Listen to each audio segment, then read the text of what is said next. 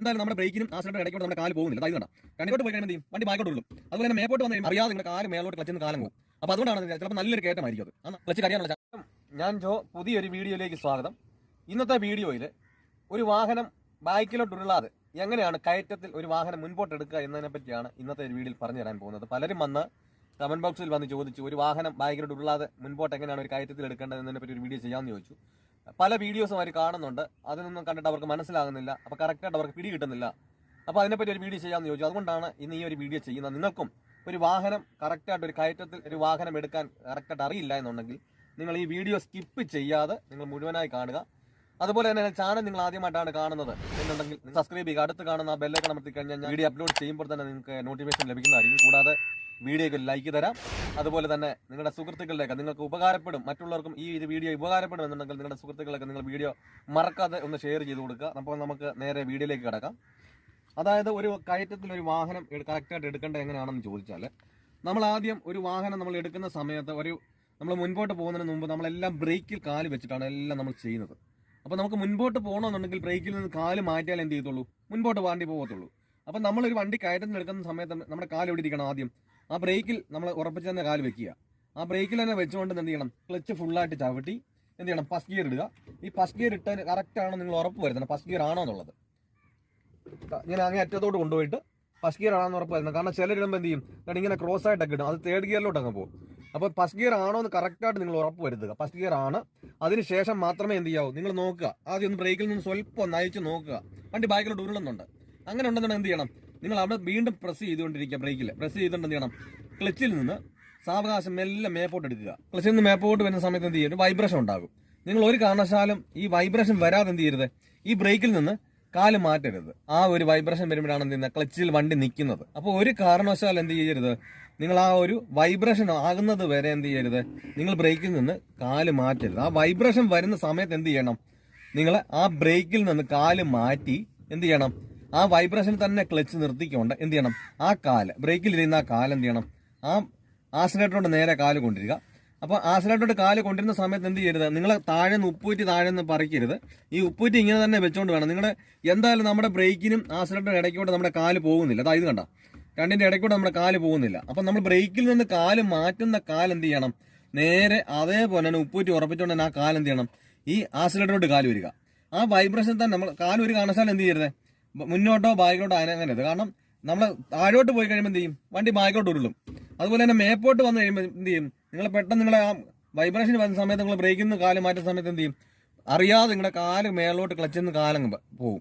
അപ്പോൾ അതുകൊണ്ടാണ് ചിലപ്പോൾ നല്ലൊരു കയറ്റമായിരിക്കും അത്. ആ നല്ലൊരു കയറ്റമാകുമ്പോൾ എന്ത് ചെയ്യും, ഒരു കാരണവശാലും എന്ത് ചെയ്യത്തില്ല, അത്രയും വലിഞ്ഞ് കയറാനുള്ള ആ പവർ ആ വാഹനത്തിന് ഉണ്ടാകത്തില്ല. അപ്പോൾ ഒരു കാരണവശാലും എന്ത് ചെയ്യരുത്, നിങ്ങൾ ആ ക്ലച്ചിൽ അങ്ങനെ നിൽക്കുന്ന ക്ലച്ചിൽ നിൽക്കുന്ന കാലം എന്ത് ചെയ്യണം, അങ്ങനെ തന്നെ വെച്ചോണ്ട് ആ വൈബ്രേഷൻ എന്ത് ചെയ്യണം, ആക്സിലേറ്ററെ മാറ്റി കൊടുക്കണം. ആക്സിലേറ്ററോട് നമ്മൾ 2-3 പേപ്പറിന്റെ കനം വെക്കുമ്പോൾ എന്ത് ചെയ്യും, ആ ഒരു വൈബ്രേഷൻ മാറും. അഥവാ നമ്മൾ എന്നുണ്ടെങ്കിൽ നമുക്ക് മനസ്സിലാക്കാം നല്ലൊരു കയറ്റമായിട്ടാണെന്ന് മനസ്സിലാക്കാം. അപ്പോൾ എന്ത് ചെയ്യണം, ഒരു സ്വല്പം കൂടെ കൂട്ടി കൊടുക്കുക ആക്സിലേറ്റർ. ആ സ്വല്പം കൂടെ കൂട്ടി വെച്ചതിന് ശേഷം എന്ത് ചെയ്യുക, മെല്ലെ കാല് എടുക്കുക. അപ്പോൾ ഇത് നമ്മൾ വലിയ താമസം കൂടാതെ തന്നെ എന്ത് ചെയ്യണം, എടുക്കണം. അല്ലാതെ എന്ത് ചെയ്യും, ക്ലച്ചിൽ നമ്മളിങ്ങനെ കാലിരിക്കുന്ന സമയത്ത് ആക്സിലേറ്റർ കൊടുത്തു എന്ത് ചെയ്യും, ക്ലച്ച് കരിയാനുള്ള ചാൻസ് ഉണ്ട്. അപ്പോൾ ഒരു കാരണവശാലും ഒരുപാട് സമയം നമ്മൾ എടുക്കാനും പാടില്ല.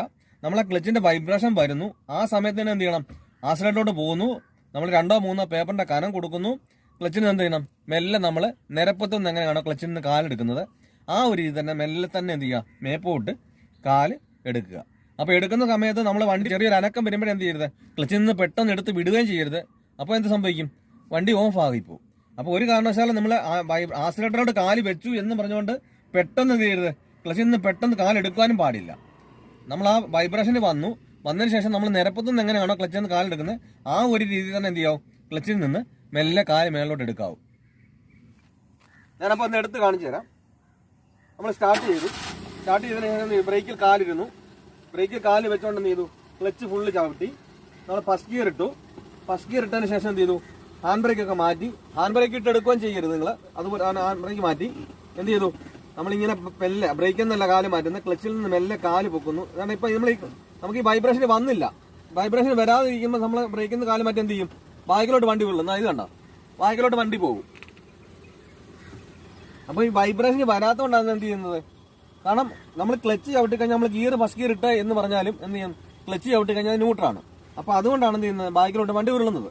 അപ്പോൾ നമ്മൾ എന്ത് ചെയ്യണം, ഈ ക്ലച്ചിൽ നിന്ന് തന്നെ മെല്ലെ തന്നെ മേളിലോട്ട് തന്നെ കാലെടുത്ത് കഴിയുമ്പോൾ എന്ത് ചെയ്യും, ഈ ഒരു വൈബ്രേഷൻ നിൽക്കും. ഇത് കണ്ട, ഈ വൈബ്രേഷൻ നിന്ന് കഴിയുമ്പോൾ എന്ത് ചെയ്തു, ഇത് കണ്ട എന്റെ ബ്രേക്കിൽ നിന്ന് കാല് മാറ്റി, വണ്ടി അനങ്ങുന്നില്ല. ഞാനിപ്പോൾ ഈ വണ്ടി ക്ലച്ച് താഴോട്ട് അനക്കുമ്പോൾ എന്ത് ചെയ്യും, ഇങ്ങനെ ബാക്കിലോട്ട് പോകും. അതുപോലെ തന്നെ നമുക്ക് കണ്ട ഈ ക്ലച്ച് സ്വല്പം മേലോട്ട് അനക്കി, കണ്ട മേലോട്ട് പോകുന്നു കണ്ട.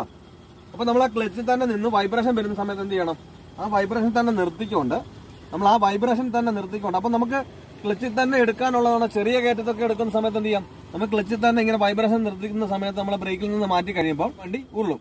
അതേ സമയത്ത് നമ്മൾ ക്ലച്ചിൽ നിന്ന് ക്ലച്ച് വൈബ്രേഷൻ വന്ന സമയത്തും നമ്മൾ ബ്രേക്കിൽ നിന്ന് കാല് മാറ്റിയിട്ട് കയറുന്നില്ല എന്നുണ്ടെങ്കിൽ എന്ത് ചെയ്യണം, അവിടെ തന്നെ ക്ലച്ച് നിർത്തിക്കൊണ്ട് 2-3 പേപ്പറിന്റെ അങ്ങനെ ആക്സിലേറ്റർ കൊടുത്തിട്ട് എന്ത് ചെയ്യാവും, ക്ലച്ചിൽ നിന്ന് മെല്ലെ കാലെടുക്കാവും. അപ്പൊ അങ്ങനെ എടുത്തു കഴിയുമ്പോൾ എന്ത് ചെയ്യും, ഇതുപോലെ മുൻപോട്ട് പോകുന്നത് കാണാം.